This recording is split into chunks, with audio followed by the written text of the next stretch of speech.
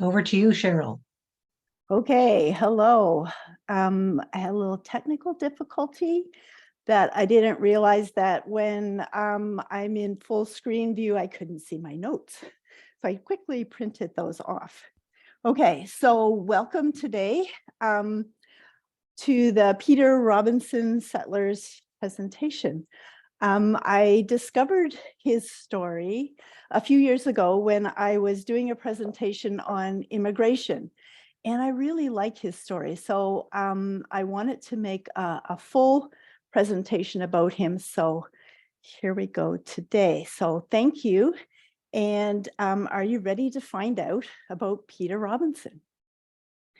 First, I have to say happy St. Patrick's Day, which I know is yesterday, but nobody just celebrates for one day. So we're celebrating Irish Connections in March. Do you have Irish ancestors? And if you do, when did they come to Canada? Because that could be a clue to finding out more about them. So where do we look to find our family stories? If they came as a group, like the Peter Robinson settlers, they're a lot easier to research. The Peter Robinson settlers are a special group of early Upper Canada settlers, and they really do have a special story, and they are well documented. So if you can connect back to this group, you're going to find a lot of information. And just to say, these are before the what we know as the potato famine, Irish immigration. It's that was in the 1840s to 50s, earlier, but they were already having trouble with failed crops and people not being able to support themselves. And so that's why he was asked to do this special settlement. But first, I want to just tell you a little bit about Peter Robinson himself. And for those of us in this area, have a lot of loyalist connections. And so I just wanted to put this in, that he was the son of a loyalist. His father was Lieutenant Christopher Robinson. He was from a prominent Virginia family, and he served under John Graves Simcoe. And they settled the Queen's Rangers, and they settled in New Brunswick. And he had one son, Peter, born in 1785 in New Brunswick. He had another son, John, was born in Quebec in 1791, and William was born in Kingston in 1797. And then they moved to York in 1798.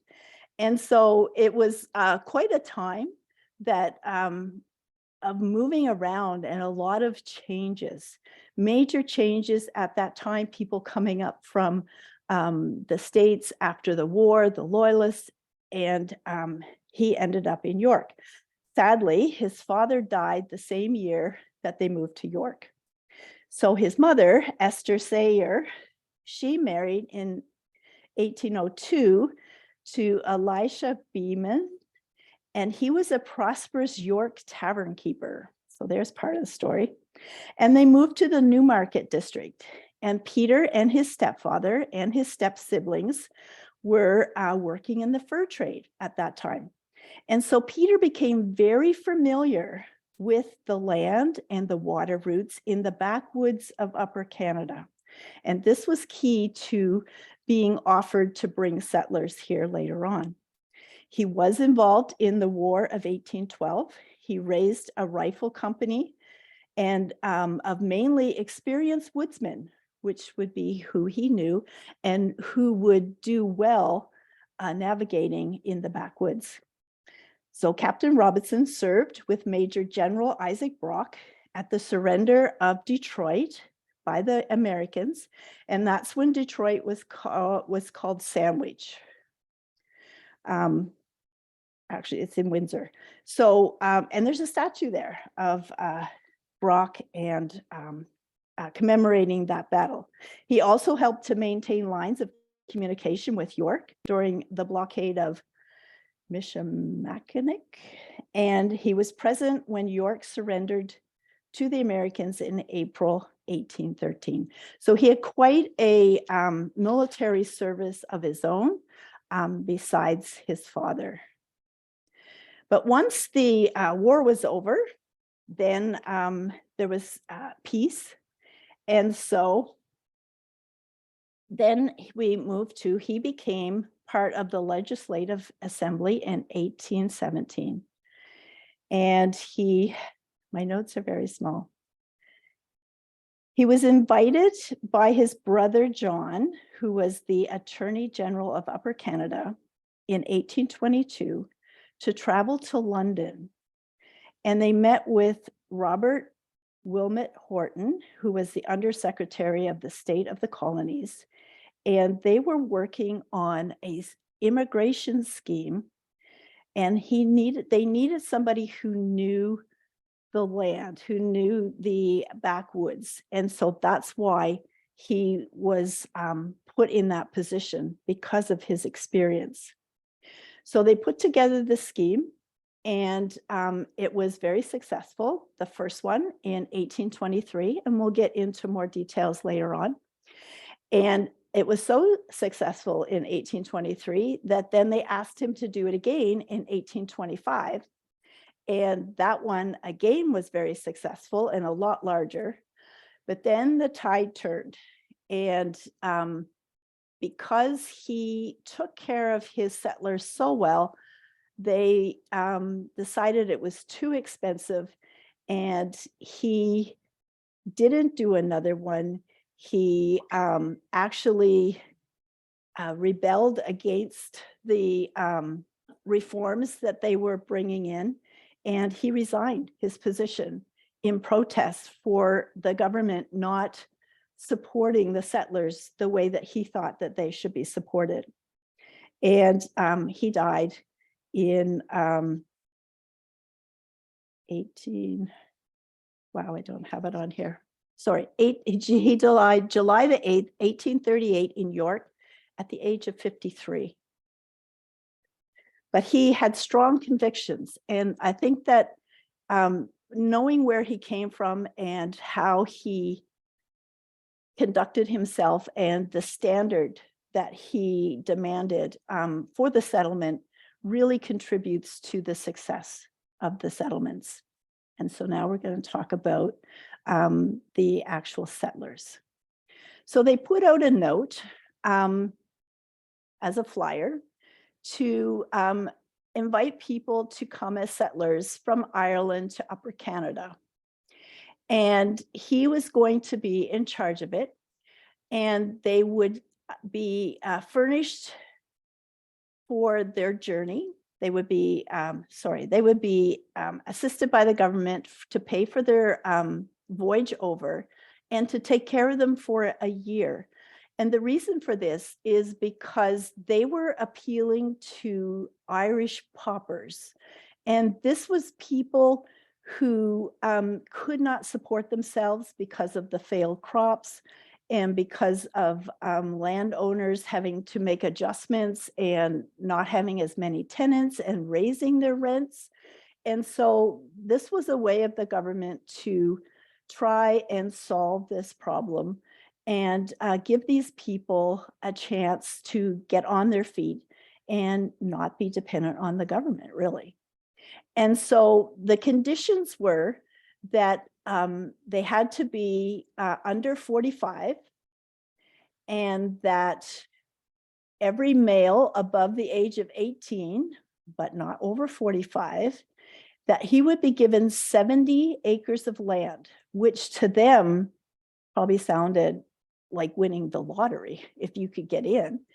And so they took applications, and he put together his list of settlers.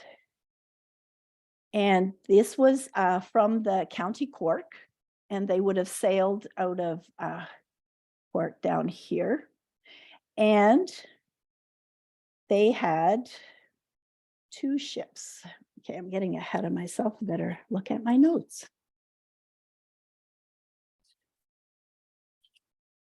Okay, so how did they come? So I love this picture. I just had to put it in my presentation. It's a friend of my mom's took this in Halifax in the harbor when one of the tall ships was in port, and a cruiser coming in behind it. It would have been nice if they could travel in a cruiser like that, but nope, they had to go by ship. And so it's not enough to say that they went by ship. You have to think about how they went. And so in 1823, they sent 2 ships, and they were the Heb, not sure how to pronounce that. It looks French to me. And the Stakesby. And so he arranged for 568 paupers to sail on 2 ships. And they went to Quebec City. And each one of the ships, at his request, had to have a medical officer, because one of the problems of going across is people get sick. They're crammed into small quarters. They're there for a long time, and there's not much ventilation. And so it's very easy for people to get sick. And so he insisted that they needed to carry an experienced medical officer with them. And what's great is we have access to those reports now of how many got sick, who got sick on the ship, which is really cool. So in his 1824 report, he said that during the voyage, nothing happened of importance. The rations were abundant and comfortable. The men were allowed to have cocoa for breakfast. That was probably a treat. And nearly half a pint of spirits, which was perhaps not too much. The children were allowed tea and sugar. And the best proof of the attention paid to them on the voyage, aside from good health, is that only 1 woman and 8 children died on the passage, and that was from smallpox. And unfortunately, it got into both the ships, not from any causes that could be foreseen. And so it is remarkable that they were having these luxuries, and they truly must have thought they won the lottery. Okay, so it was an 8-week sea voyage. From Quebec, they boarded onto steamships and then barges and then wagons for the rest of the journey.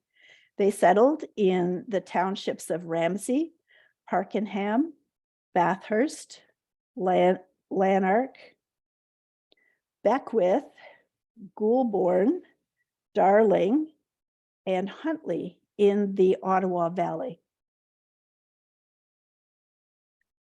And so here's a map. This was the districts in 1825. So they were settling in the Bathurst district up in here. And here's a little map to show you the townships. And it's very important in early times to know which township that they settled in, because that's where you're going to find the records, and that's where you want to look. So knowing which township they settled in, and yes, you will be able to find that because they were well documented. So here's a little map of the townships in the Bathurst district in 1824. But they were not the only people who were settled in that area. And so they came across a little bit of trouble. And these were Irish paupers. They were Roman Catholic, and they were trying to start their communities. At the same time, there were military settlements in that area where regiments had disbanded and had started settlements there. And the problem being that the military, they were mostly Protestant, and they were jealous, actually, from what I've been reading, is that they were jealous that the Peter Robinson settlers got so much support and a year's supply and a cabin built for them and all of these things, and they didn't get the same thing. And so they had a militia, and at the militia meeting in 1824,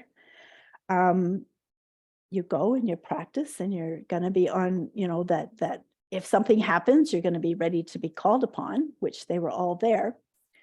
But afterwards, they were drinking, and comments get passed back and forth. People get offended. People start pushing. And they had problems where they were in a drunken, riotous state, is what it says. And who knows who started it, but there was a lot of feelings about between the Protestants, the Catholics. How come you got all these privileges and we've had to work so hard for this? We served in the military, we should be getting, benefits. What have you done to get these? And so it caused a lot of problem, and it ended up that one of the Irish was killed by gunshot, and that law to put it down, and peace was restored. But this was something that put a little bit of a blemish on Peter Robinson's settlers. And so they wanted to do it again, but with this happening in 1824, they didn't do it until they made sure that all of this was settled. So I gathered a few names of the books, and the handout that I gave you doesn't give you a lot of notes. It just gives you links to places to look for your ancestors. So if you have Peter Robinson settlers, and also these books, just in general, the Irish that settled in the area, these are some of the suggestions. The Valley Irish was very good. Of course, the Peter Robinson settlers gives the whole story. This new one, Early Ottawa Valley Records, is very helpful. And what I did in the handout was, I gave you the links to these books on global genealogy, because on his site, they make an index of the names that you find in the book. So you're able to check and see if the surname that you're looking for is in that book before you go ahead and order it. And what I also like about him is you can get a PDF download and just upload it to your Kindle. And I just have a free Kindle account, and I can read it on my computer or on my phone. And so I don't have any affiliation with Global Genealogy, but I do recommend checking them out, because he usually has very good deals on things. Okay, so those are just some resources if you are part of the Peter Robinson settlers that went to the Ottawa Valley in 1823. So it was so successful that they said, let's do it again. So he's back in London, he's setting it up, and this time takes a little bit longer to get them together. And they offered it again, but this time they had 50,000 people apply, which is an outrageous amount.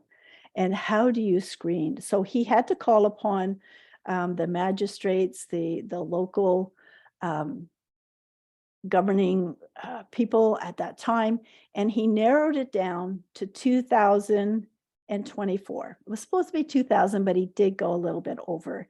And he was supposed to be Roman Catholics, and he did put a couple Protestants in there as well, just because he couldn't, he justified why that they should come. So he had 2,024 on 9 ships. And they were the Fortitude, the Resolution, the Albion, the Brunswick, the Star, the Enmity, the Regulus, Elizabeth, and John Barry. And what's cool is that we have passenger lists surviving for all of these ships, and the surgeon's reports as well. And I've got links to that in the handout. So they sailed from Cobb Harbor in Cork. They all arrived in Quebec by the end of June. So he set them all off. And what I was reading is he actually, instead of just writing their names in a register, he gave them paper, gave them a certificate. And some of them tried to sell it for somebody else to come, but it had to be them. They couldn't give it to somebody else. And he had them all on board. He made sure that these were the people. He had the local magistrates there to confirm this is the person that's coming and they're of good character. And he did everything that he could to make sure that these are the people that he had chosen to come and start the settlement, and that they were going to be his best choices for making this a success. And then he sent them off on their 9 ships. And then he went back down. He went across, I think, to Liverpool. He went back down. He secured the supplies that were going to be needed to support them for a year. And then he came across to New York, went up from New York to York, and checked out, got all the land stuff he needed there. And once they got it to Quebec, they started sending them down to Kingston. Some of them were in Kingston. And so he was supposed to go to Kingston, but because he was really about his settlers, he took a detour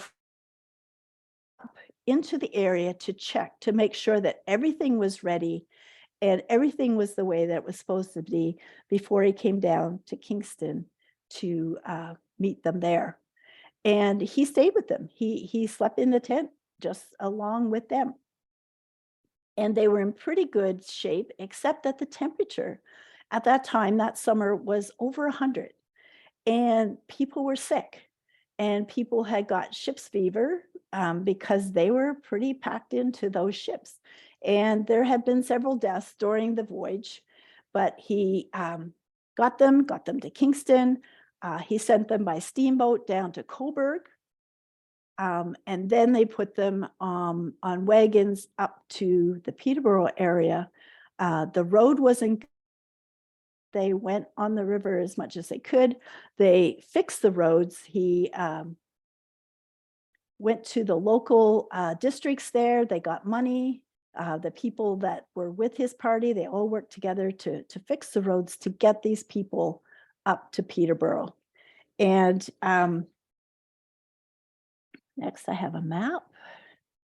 And so the Bathurst was here, but Newcastle is here. And so they went to Coburg, and then they're up into this area. And the townships that he went in, which was the Newcastle district, was I can't say that. Afasod,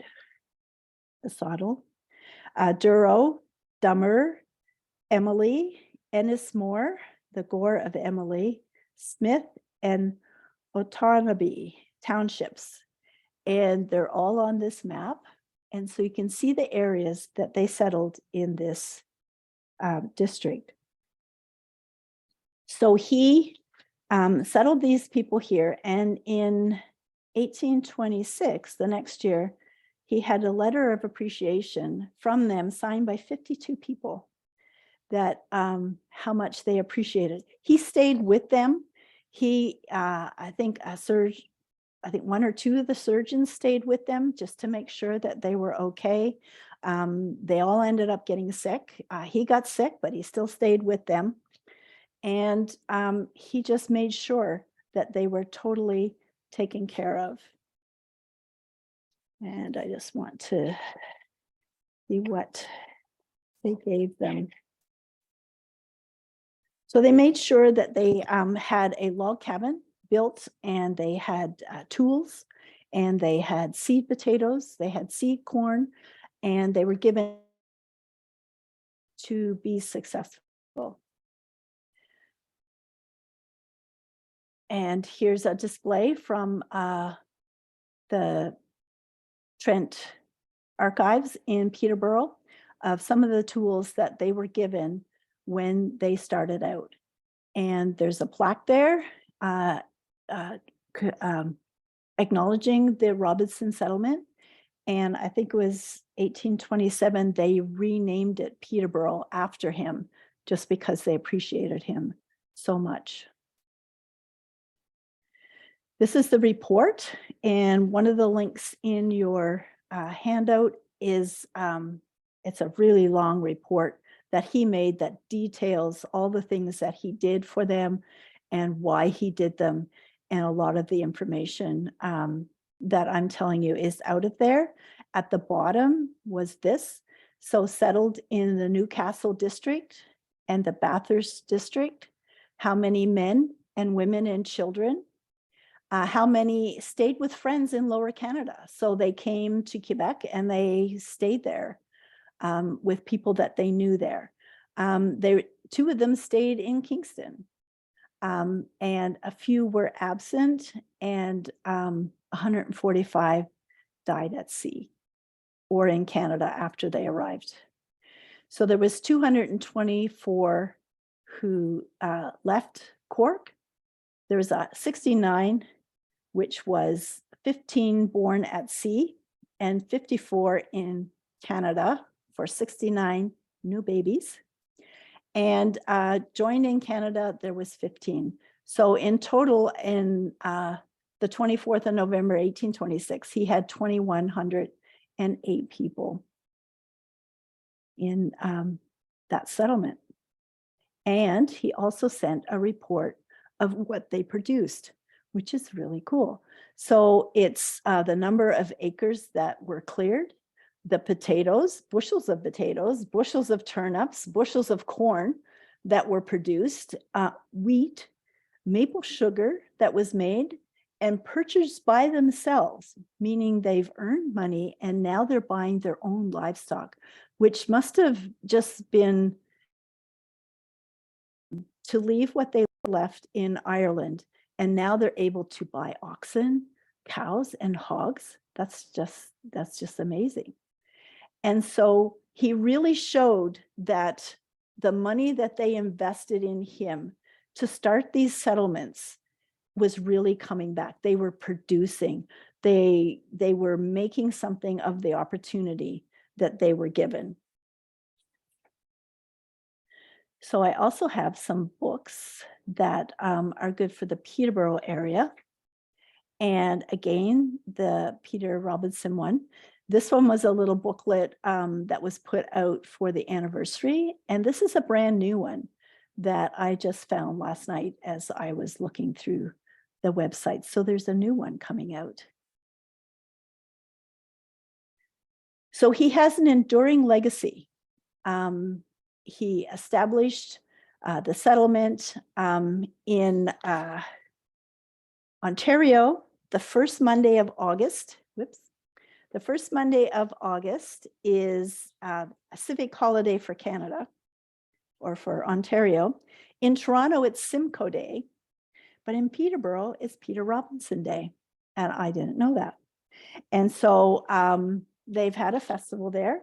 I am sure that in 2025, there will be some kind of celebration, the anniversary of the beginning of the settlement. And so watch for that.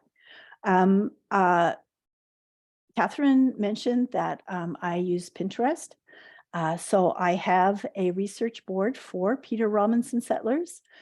So as I'm researching, I haven't added the ones that I added to this presentation, but I will go through them. And so if you go to my Pinterest board on Peter Robinson settlers, you can go directly to some of the resources that I've used. Okay, there's also a project that they're calling back to Ireland. And I found this website, and it's in your handout.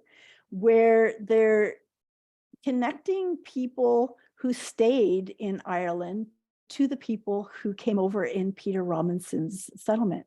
And so they're wanting to contact descendants. And it's really cool. They have a whole site with historic graves, and it would be where the families that stay behind are buried, and make a connection there. Probably as well, if you found the parish that they were from. There's just a lot of information on the Ballet Harar site and the historic graves, and those are in your handout. So as I'm going through this, I found a surprising connection that I may possibly have a connection. My grandchildren have Haggerty in their tree, and Marmaduke Haggerty, which I love his name. And I think that his father was a brother of the William that came with the settlers. William died shortly after he arrived. He got sick on ship. He's on the list. And then the brothers came over to help the widow and the children and settled here. I haven't done all of the research I need to do to confirm that this is for sure, but that's where I'm going. If there's anybody in the Quinte area that's on here that has Haggerty connections, I would be interested in contacting you to confirm that they are actually descendants of the Peter Robinson settlement. So that would be cool. So if anybody does, I would like to confirm that. So I've spent a lot of time on Peter Robinson, and it's a very interesting story. But even if you don't connect to Peter Robinson, you need to learn when you're doing your family history, you need to know the history around the area where your family lived, where they came. And the more you know, the more it builds your story. So if you say, oh, they were Irish and they came to Peterborough and then they moved down to the Quinte area, and I just know that they're Irish, is not as interesting if you don't know all the background story. So by connecting into Peter Robinson's story, I have now added a whole lot of information to the story of your ancestors if you descend from those settlers. But you can do it for the area that you're in too. What area did your ancestors come to? Why did they come there? How did they come there? Find out if there's a bigger story. Were they part of a group? Were they, it's one thing to say, oh, we were Irish, but to know which group that came and what the circumstances are makes a big difference in your family history and building those stories out for your ancestors. Were they founding families of an area? Did they come with government assistance, or did they come on their own? Find out those things. Find out the history of the location that your family members lived in. So when was your hometown founded? That could be a clue, because these settlers were new. They opened up those areas. And you want to be able to find those. Watch for anniversaries of the celebrations. Who were the founding families? See if the surnames are the same. Even if they weren't the original founding families, did they come over later to join family members? Have you checked to see if your ancestors were included in those lists? And where are the records of those early families? And see if there's a connection. If they came and then moved to another area, that could break your brick wall to know that they came with that group and then moved somewhere else.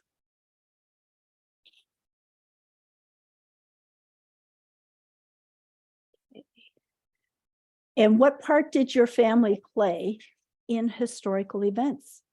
I gave you information about Peter Robinson's father, who was a loyalist and went to New Brunswick, and then how they were born there. Then they went to Quebec and another child's born. They went to Kingston, another child's born. What part did they play? What part did they play in the American Revolution, if you can trace back that far? What part did they play in the War of 1812? What part did they play in any other historical event in the area that you're from?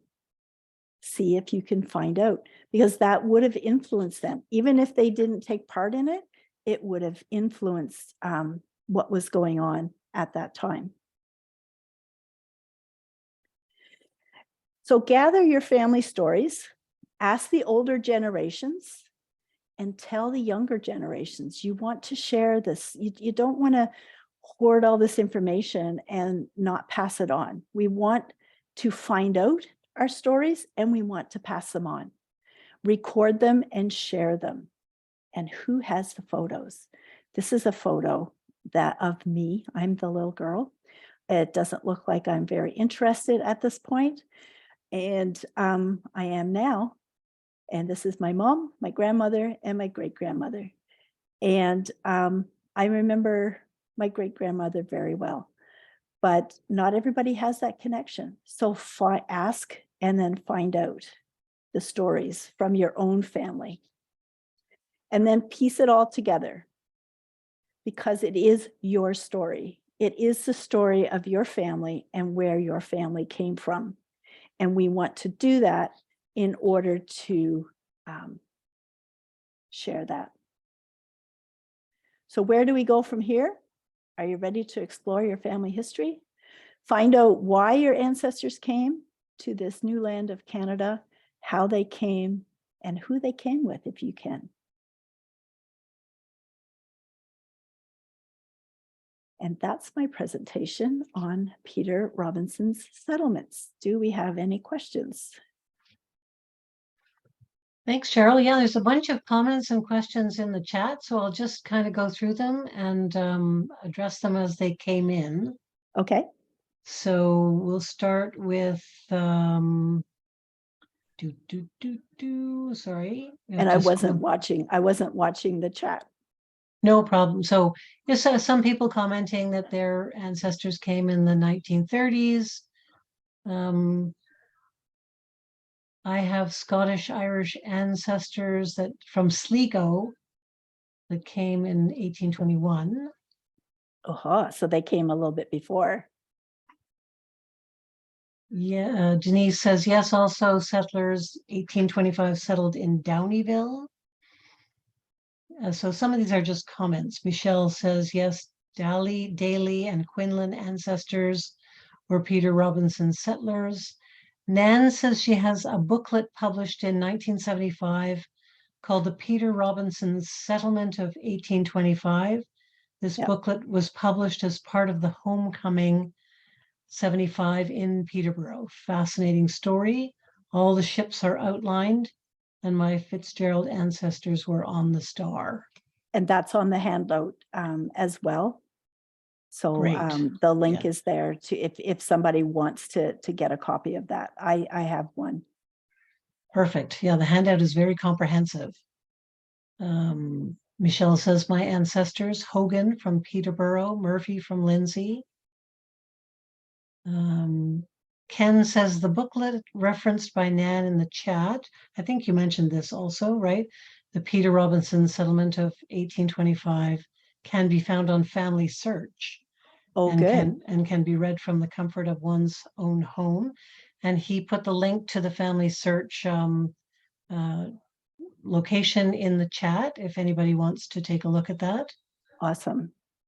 Carolyn says Montgomery, 1829, from Lord Farnham's estate in County Cavan to Lanark County. And knowing what estate they came from is good too. Denise says apparently they disliked the food on board ships during the 1825 voyage, especially cheese. They were not used to this kind of food and missed potatoes. Change of diet. Lyndon says, hi, my spouse's family were the Hurley family, listed as Hurley in the 1825 Brunswick records. Awesome. This, Valerie says, this is the area of my husband's mother's family, born in Maberly, Lanark County, connected way back to the Dixon Kirkham families in the later part of the 1700s. Ken says the ship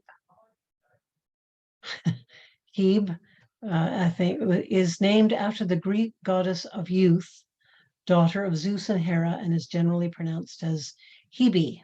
There you go. Barbara says, I found who I believe was the brother of my third great-grandfather, who was assisted with the military back around 1816 or so, found the ship listed at LNA. Cindy, thank you so much. The global genealogy information is excellent. Trish, why did he concentrate on Cork for his settlers? I think because that was one of the areas that was hit with the failure of the crops, and the estates there were raising the rent to compensate that, and they couldn't afford it.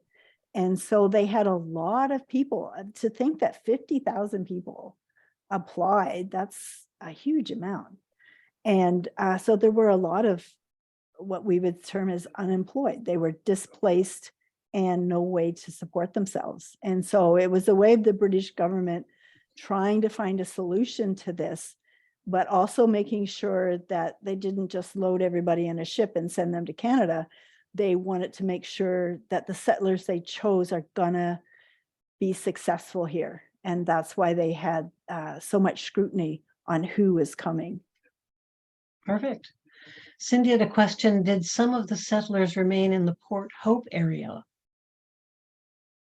And if so, is there a way to find their names? Possibly.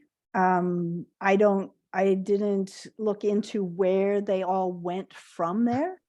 And so, and I forgot to mention, I watched a webinar last night. It was the Niagara branch OGS, and it was Jane McNamara, and she did a webinar on paths to patent. And it was how to find your ancestor who got crown land. And she will be writing a blog post about that this weekend, she said. So I gave you her blog in the information. It's called Where the Story Takes Me. So watch that. She has a lot of good blog posts on township records and finding other records that may be helpful to tracing them once they got here. And following, I didn't do anything about following the land. One of the links gives you the lot and concession that they settled on. So that would be a clue to find them on the map and then start to see, how they distributed the land and when they moved, if they sold the land, when they moved. Oh, great. Denise says some of the families that boarded the ships traveled on other people's tickets. Some families chose not to leave and sold their space. One family had their 16-year-old son dress as a girl, so they fit the profile of the ticket, mother, father, and two girls. There's always going to be people who try and fudge the lines, and but they're desperate, and they want this opportunity. It was a wonderful opportunity, and to be chosen to come, change the destiny of that family. Elizabeth says, I think Cork was chosen because of the willingness of the clergy, major landowners to work with Robinson and his colleagues. And you have to remember that for the most part, Britain was Protestant with the Church of England, and a lot of issues with, the legal church. And so they specifically wanted to move Roman Catholics, which I thought was in that time period is great. Yeah. Karen says Global Genealogy will be giving a presentation at the Carlton Place and Beckworth Heritage Museum Sunday, April 23rd, 2 p.m., 267 Edmund Street, Carlton Place, Ontario. That is in the chat to everyone if you want to look at that. Denise says the ship sailed from Chob in Cork. I think that's how you pronounce it. Families coming from all surrounding areas, also from the estates of wealthy landowners that wanted the paupers gone. There were differences, you know, yeah. So some of them were put out. Some of them probably were causing trouble in that, you know, you can't just put us out. You need to do something for us. We have no way to support ourselves. So it was the government's solution at that time to try and do something. Yeah, cool. Paula says, just a reference, Asphodel, A Tale of a Township, author Jane Lancaster Graham, a good resource. Oh, That's good. that's in the chat if anybody wants to look that up. Heather wants to know if anyone is related to William Oakley, who came to Peterborough. Valerie Davis says, my husband's cousin, still living, married a Haggerty. Ooh, okay. Jeanette, did the 1825 group also come from Cork? Yes. And because they already knew that the 1823 group went out, some of them would have written home how good it was, right. and what. So then they knew this was for real. So then they applied. Right, now there's like 30 more comments, so I'm going to go a little bit more quickly.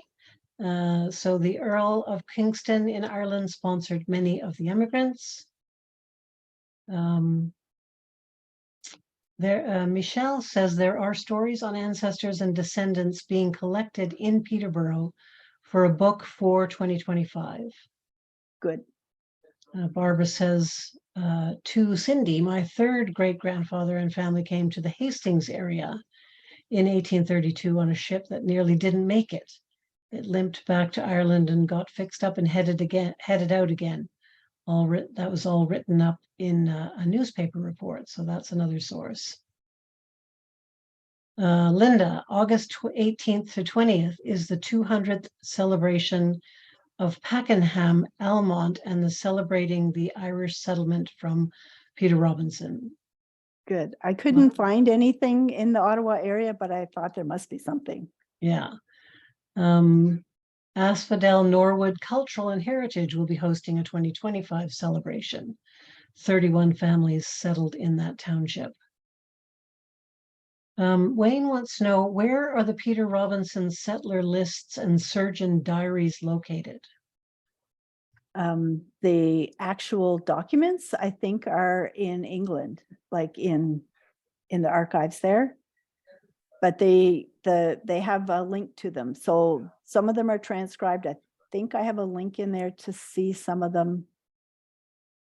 I'm not sure, but follow the links for the ships and I'm not sure if I have it right back to the actual documents. So they are secondary, they're transcriptions.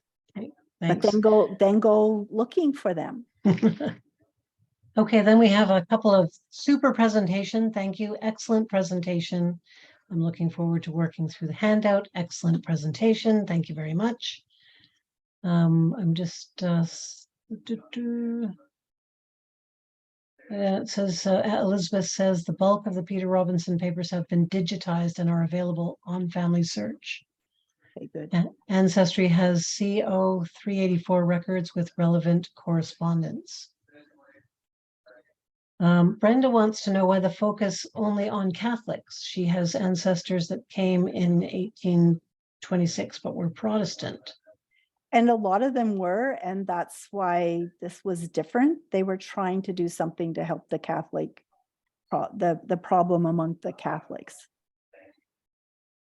Donna says, thanks, you've helped me realize my ancestors were not part of the Peter Robinson settlements. Were there any government schemes to relocate during the potato famine? There were so many people that came over after that. So they would be a whole different group. And there's so many people died. They tried to get them out of there. So that's a whole other. And these ones in 1823 and 1825 were not part of the potato famine, like what we would know as the big one. Peter wants to know, where can copies of the embarkation certificates be found?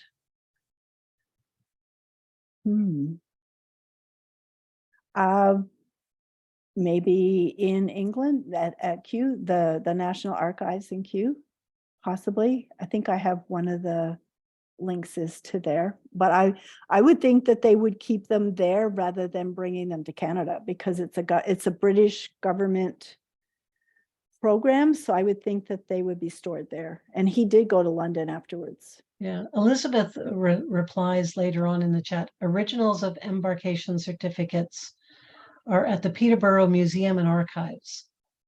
I think That's that awesome. AO microfilms also contain the certificates. Family Search microfilms differ from those. So maybe they brought them with them then, or maybe he was making sure that they were the same people who got on the ships. Yeah, these comments are all to everyone in the chat. If anybody wants to look at this, there's a sample of a McCarthy certificate of embarkation. Terry says Haggerty Genealogy Resources at Quinte Branch Research Library, an excellent resource.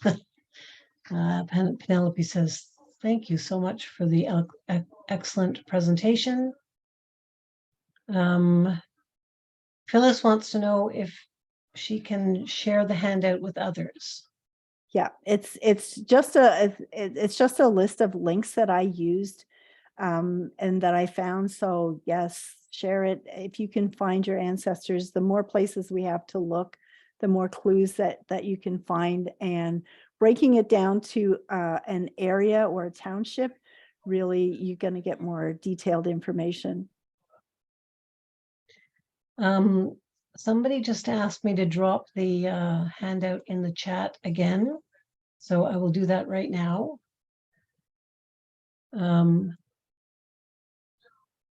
Was everyone on the McCabe list a Robinson settler? Crystal wants to know. I'm not familiar what the McCabe list is. Okay, we're getting close to the end of the questions.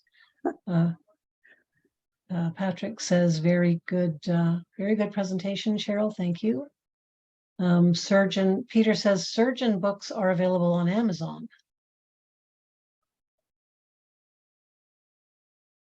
Oh, Elizabeth says, actual documents are at the Peterborough Museum and Archives, but not diaries. Enjoy the presentation. Thank you. Thank you for the presentation. Most informative. Peterborough Museum, you need an appointment. Apparently, that's a note from Denise. Thank you for the presentation. Check out this so there's a Facebook page called Peter Robinson Settlers in Canada. Yep, it's on the handout. It's on the handout. Okay, awesome. So that's the end of the questions. I mean, there may be more that come in. I know that this presentation has been recorded and we will be posting it on the Quinte Branch members section. So Jane Simpson, are you on the call? I have one more thing before we go. Okay, so we'll let I work for the National Institute, and we just had a Roots Tech special, and she has authorized me to pass this on to anyone who's on the call today, that she will extend this, that if you buy a package of 4 courses or more, you'll get a free course with that. And so just email her and let her know that you were on my presentation today and you can get a free course. So if you wanted to, a lot of what I used in my other immigration, there's Canadian immigration courses, there's getting to know Irish ancestors, there's, how to to gather information. So if you want to do that, and I noticed that I did not put a link to that, so I need to give you that link, because I didn't give you a link to where you can find the courses. So we'll put that in the chat. Okay, and I'm just adding to the chat the link to Wayne's video. So we have a little technical problem in terms of displaying it right now. So Wayne's video on how to use the Quinte branch website is now in the chat. Okay, and I'm just going to get to a link, to the packages. And I think Jane now would like to say a word or two. Jane Simpson. Yes. I would. Can I start my video? Yes, of course. It says I can't. You've stopped it. Aren't I mean? Well, I'll start it then. How's that? Thank you.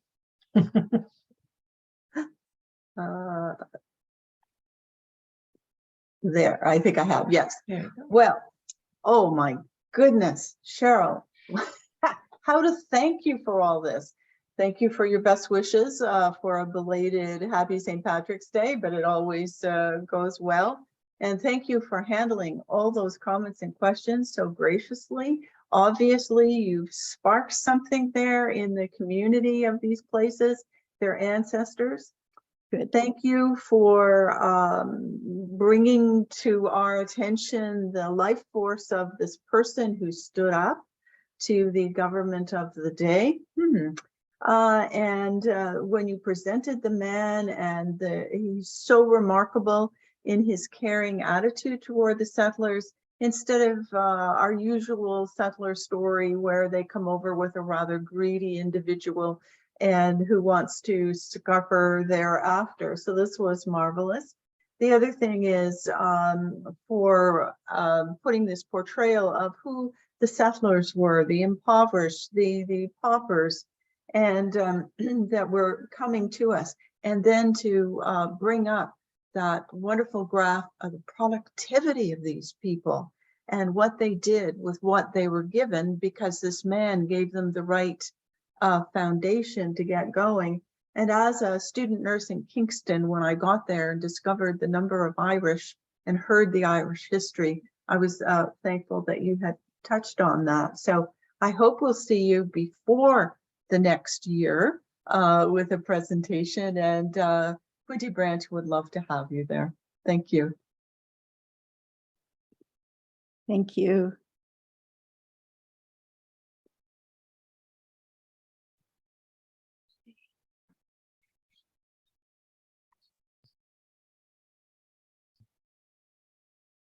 I'm going to stop the recording.